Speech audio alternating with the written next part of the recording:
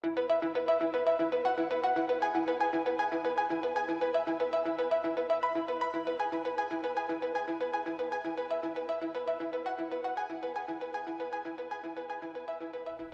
everybody. Today I'm sitting down with Esteban Hernandez. Hi everyone. This will be our first interview of many to come, and I'm very excited to share this experience with you. A little bit about Esteban. Esteban is the owner of a company called MKSM Design. They do software development, websites, all sorts of things like that, as well as he's created a video game called Creo God Simulator. It's on Steam for those who are interested, but he is the sole creator, developer, and that was a pretty big project that he put together. All the good stuff. All the good stuff. As well as currently, he's working in consulting and a number of other things for other software companies here in the Silicon Slopes. So we're very glad to have him with us. Hey, it's awesome to be here. Thanks, Top. And we're going to have a pretty good time. So, Esteban, aside from the things that I already have said, give us a little bit of a background of how you got to where you are today. Yeah. Okay. Long story. I'll try to shorten it for you guys and for the audience. So, long time ago, I decided to get into acrylic painting. So I started making some geometric paintings, and I was just doing it just to have fun. But then one of my friends was like, "Oh, it's a really cool painting. Can I buy that?" I'm like, "Yeah." And then other people want to buy my paintings, so I'm like, "Shoot, let's make some paintings." So I started painting and then selling them, commissioned paintings. And then I decided that I needed a website for it, so I just made a really simple Squarespace site. Mm-hmm. And then a friend told me he really liked my website. So that kind of opened the whole door into me starting to make websites for people using really simple tools like Wix or Squarespace. And I was starting to make, this was a $2,000 contract and a $3,000 thing. And it was like, wow, people are paying me to do this. I should start a company. Mm-hmm. So that's when I started MKSM. Initially was a digital marketing company. And we did websites and SEO, and we did social media marketing. Mm-hmm. Then I realized I needed some more experience. So I went and got a job at this really cool kind of creative agency. They told me oh, you're gonna have $70,000 starting salary. You're gonna do all these great things, and you're just gonna have a 3-month apprenticeship, and then we'll switch over to the full time. Mm-hmm. And I'm like, dude, I'm barely 21 at the time. Right. So I was like, let's right on. So we do the 3 months, really great experience. They were shooting ads, they were doing all this stuff, and they fired me the day I was supposed to go full time. They fired me. Yeah, I know. They fired me, and it was disappointing, but that was the day I kind of realized that the owner of the company, who's a really cool guy, they fired me for a few kind of internal things, but he was a really cool guy, and I loved how he was building his thing. Right. And I was like, shoot, this guy is kind of living his dream. He's doing the things he wants to do. Mm-hmm. I want to do that. Right. So that's kind of the day I realized, I'm going to make a video game. And I told my wife, and my wife was like, "You are an idiot. You don't know how to code. How are you going to make a video game?" And dude, this has been my policy through the whole time. It's just I don't know. I'm going to do it. Right. So a year and a half later, I was able to complete the game Creo God Simulator. It's still in early access for all you gamers out there who are fans of God simulation games. It's a city building game. But I taught myself C#. I taught myself how to use the Unity engine, how to do 3D modeling, how to do animations, sound effects, all that stuff. I figured out how to do that and kind of worked in the video game industry for a little bit. Then I realized there's a lot more money in business software. Right. So only about 7 months ago, I pivoted my company to start doing business software. We started taking on some small development contracts. Okay. And then I realized I needed to pick up more on something called full stack development, which is pretty much being able to make a web app or any form of app, but you know how to make the front end, so what people see, mm-hmm. the server side, so how the front end communicates to the databases. Mm-hmm. So all that together is full stack. And I learned how to do that. I went to one of the great coding schools here in Utah called Dev Mountain. It's a really great school, especially if you're interested in learning how to code. But I went there, finished up, and now I've just been really kind of hustling when it comes to just finding contracts, finding work, helping establish one of our clients, Mixtura. They're this really awesome creative consultancy firm, and we've been helping them establish a presence in Utah, in the software community. So we're going to be hosting an event next month. We're really pushing a lot of new deals for them. It's been a really cool learning experience for me. So that's it. That's my story. Sorry if that took a really long time. No, that's totally awesome. So a couple of different changes happened there. The vision changed a few times. Yep. Do you feel like this is where you want to go moving forward, or kind of what's your end game? Okay, so it's gonna sound crazy, but my end game is I have two end games. Okay. The first one is I want to really be a force for good when it comes to helping alleviate the suffering of people in absolute poverty. So people in third world countries that don't have food or they don't have access to clean water. You know, we think there's poverty here, but when it comes in comparison, absolute poverty is like you have nothing. You're going to die tomorrow because there's literally nothing anywhere. Mm-hmm. I want to be able to provide solutions for them, either through engineering or manufacturing, providing different, like, I don't know, better forms of sewage treatment, toilets, desalinization systems where people can just grab water from the ocean. Mm-hmm. You know, providing these solutions that could make people's lives better. So where does Full Stack connect with? It sounds like a lot of infrastructure. They seem like a little bit different. Yeah, and in addition to infrastructure, my other goal is I want to really kind of help build the infrastructure for kind of inner solar travel. So going from here to Mars or from here to one of the moons of Jupiter, I want to help build the infrastructure to get, you know, ships from here to there, mm-hmm. whether it's refueling stations or manufacturing plants where we can, you know, convert different elements to hydrogen fuel, like that sort of thing. That's my other kind of big goal. I'm a big proponent of, you know, getting out there. Yeah. So how Full Stack, or the things I'm doing right now, tie into it is I've got a few ideas for different kind of pieces of software that I think will really do well. Okay. So I'm learning Full Stack so I can code it, or at least I can hire people to code it and know what they're doing. Mm-hmm. And then hopefully with the first few projects generate enough revenue to kind of keep going step by step to finally achieve the goals I want. And they're not simple goals. They're really hefty with like a $30 billion price tag. Right. Like, you know, at minimum. Right. So my goals are pretty big. They're pretty hefty, but I'm definitely on a course where I want to be there. Right. And I'm doing the things now that I perceive will get me there.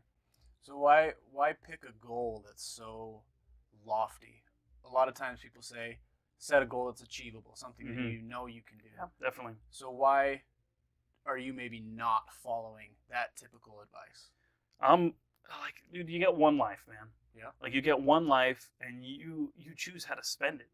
Like, if you're setting these realistic, really achievable goals, like, that's awesome. And I know a lot of maybe the viewers or a lot of people are like that, and that's cool. Like, if that works for you, that's great. The way I perceive it is, I feel like a lot of people might have the real goals they want to pursue, mm-hmm. but they never actually do it. Because for some reason, there's something that's holding them back. Whether it's they think they're not worthy of it, or they might not have the discipline to do it, or they might say they don't have enough time. There's always something that's preventing people from really accomplishing what they want to do. Well, and that's perfect. That's exactly where I want this conversation to end up. Okay, I'd like to cool. discuss that further. Before we do that, though, I do want to get a little more, I guess you could say, personal with you. That's cool. In your experience up until this point, what has been the largest obstacle that you've had to overcome?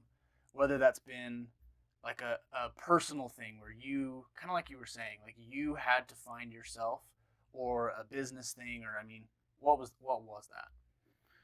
It's a great question. I think for me, one of the biggest things was myself. Mm-hmm. And I'm not saying that I've done these great things yet, because I haven't yet. Mm-hmm. I haven't yet. Right. I think the biggest thing was simply me kind of realizing that I can do these things. Mm-hmm. It's kind of me realizing it's like, some people will be like, oh, I have these great goals, I have these sort of ideas, but it's like, they know they're not going to do them. Mm-hmm. And it's over realizing, kind of coming to the point where you're like, holy cow, like, I can actually achieve this. And it was kind of that point where I had to kind of realize that for myself. And I think that really helped me do that was my video game. Mm-hmm. I did want to sell it commercially. That was always the goal. Mm-hmm. But I never thought it would do as well as it did. I never thought it would generate the revenue it did. And that encouraged me and showed me, like, you started with nothing and you were able to make something that got people excited, that got you fans, that got these sort of things. That's cool. Yeah. That's awesome. Yeah.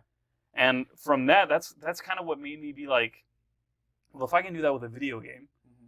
can I do that with an app? Can I do that with a new social media platform?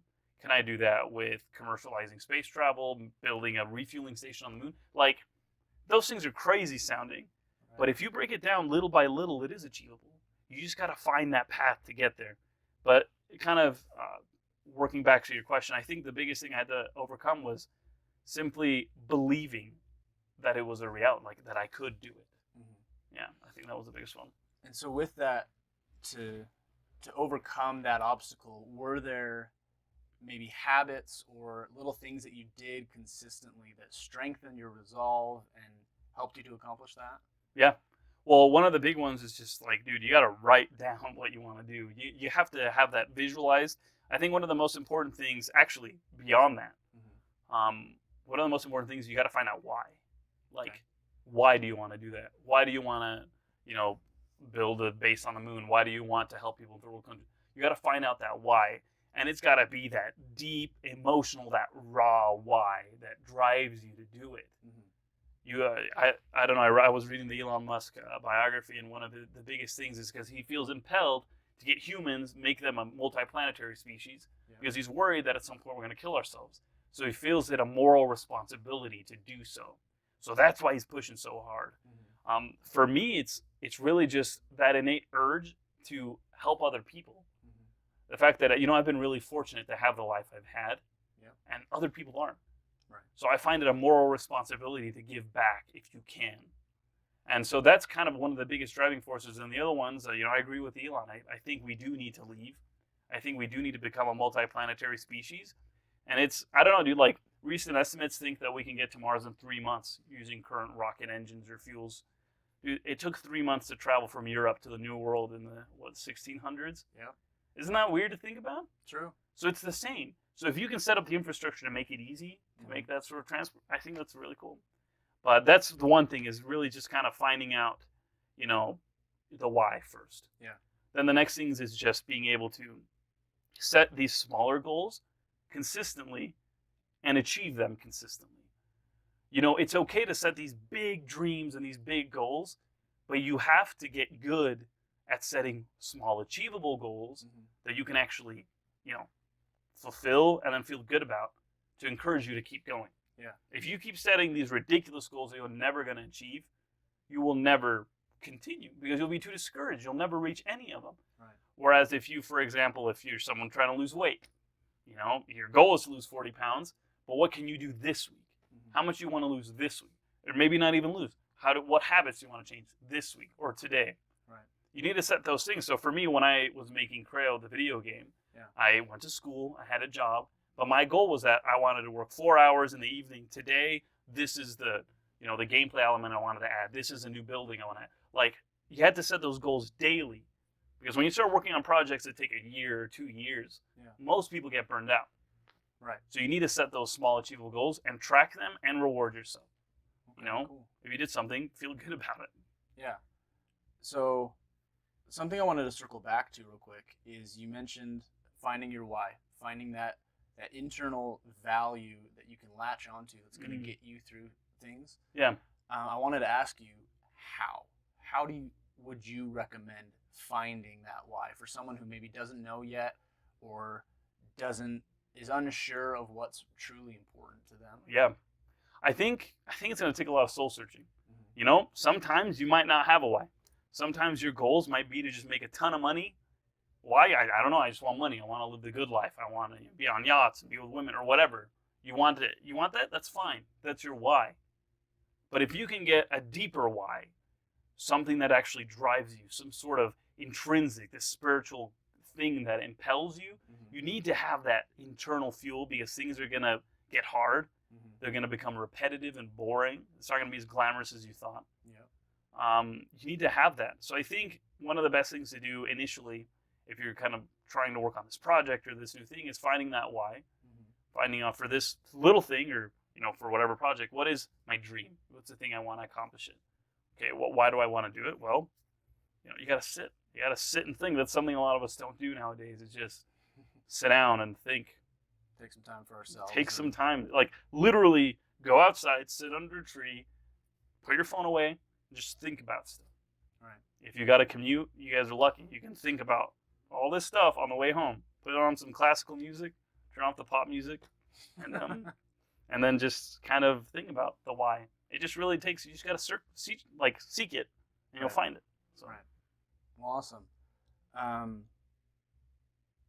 Going back to, doing the daily steps day by day and how to get better at that, what would you say to like mental weakness? So what I mean by that is, for example, let's say I want to go outside and run or walk for 10 minutes a day. And, like a lot of New Year's resolutions, the first 2-3 days, I'm super excited about this goal and I know why I created it, at least initially. But then day 4, 5, 6, 7 come along and I don't want to wake up that early, or I would rather be on the couch and watch a show. Or how would you speak to overcoming, say, those moments of weakness? Yeah, no, that's a great question. I think for me, one of the most important things is you got to be honest with yourself. You can't think that you're like this perfect person that doesn't mess up. There's times where I'm like, I don't get anything done, and I want to, and I know I should be, but I'll just play video games. I'll watch a movie. I'll be lazy. Yeah. But then I get pissed off about that. Okay. I get annoyed. I'm like, why am I doing this? Maybe I didn't do anything one day, and the next day I'm like, I want to do this. Oh, but it's so lazy. You get pissed off at it. Get angry. Get angry that you're doing that. Be honest with yourself. If you're not doing what you want to do, then feel frustrated about that. Yeah. In so much that you'll make goals to remedy that. Right. And like, it's not like a switch thing. You don't just become this incredible entrepreneur that just does whatever they want, like instantly. It takes work. It takes practice. It takes waking up early, going to bed late, not hanging out with friends, not going out to party.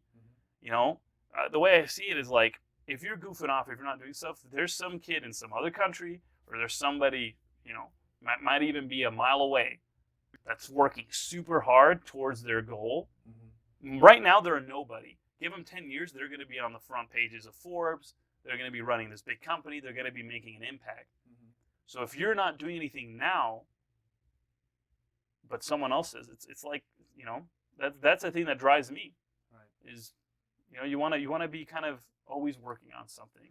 Right. So, and recognizing kind of in yourself when you do mess up, feel bad about it and work on it. Yeah. So with progress and, success and failure, kind of these terms that come along with setting goals and things like that, would you say that it's important to not get caught up on your moments of weakness, but always look for those moments to, just improve a little bit or just do a little bit more? Or, for example, when you were developing your game, did you find that closer to the end or after you'd been doing it for a while, it was easier to do it for longer, or to, you kind of know what I'm getting at there? Yeah. I think that's a great question. I think it is important to not dwell on your mistakes too much. You got to learn from them. You got to find out, what did I do wrong? How can I do better? But if you're always thinking about how I'm just lazy, I'm not going to do anything, then you will be that. So I think, like you said, I think it is important to dwell on it for a bit, absorb what you need to, and then move on. You can't dwell on it too long. Gotcha. Yeah. Awesome. Appreciate that. Last kind of question I have for you before we wrap this up. I wanted to just talk about failure. Okay. I've done that. I think we've all done that at some point in our life. But a little more specifically, you've expressed that you've got some lofty goals. It would be, I think, easy from your position to say, I don't want to fail, so therefore I'm not going to try. Yeah, I know a lot of people think that way. Right. Yeah. So what would you say, and this can be, it doesn't have to be, I want to fly a whole colony to the moon. Yeah. This can be as simple as, I can't run, and I am scared to start running because I feel like I might fail at it. Yeah. What would you say to those people or in those moments to, I guess, mentally prepare yourself for that? Does that make sense? Yeah. Personally, I view failure for what it is. It sucks. You feel bad. You want to cry. You want to get kind of feel that negativity because you didn't accomplish a goal. That's okay. Like when I did the Kickstarter for my game, it flopped. It tanked, man. It was bad. It was bad.